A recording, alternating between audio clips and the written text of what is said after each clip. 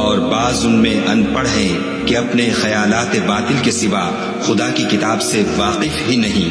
اور وہ صرف ظن سے کام لیتے ہیں۔ سو ان لوگوں پر افسوس ہے جو اپنے ہاتھ سے کتاب لکھتے ہیں اور کہتے یہ ہیں کہ یہ اللہ کے پاس سے آئی ہے،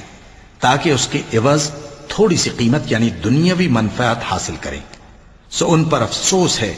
اس لیے کہ بے اصل باتیں اپنے ہاتھ سے لکھتے ہیں، اور پھر ان پر افسوس ہے اس لیے کہ ایسے کام کرتے ہیں، اور کہتے ہیں کہ دوزخ کی آگ ہمیں چند روز کے سوا چھو ہی نہیں سکے گی۔ ان سے پوچھو کیا تم نے اللہ سے اقرار لے رکھا ہے کہ اللہ اپنے اقرار کے خلاف نہیں کرے گا،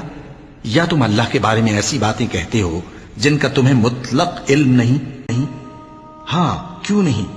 جو برے کام کرے اور اس کے گناہ ہر طرف سے اس کو گھیر لیں تو ایسے لوگ دوزخ میں جانے والے ہیں، اور وہ ہمیشہ اس میں جلتے رہیں گے،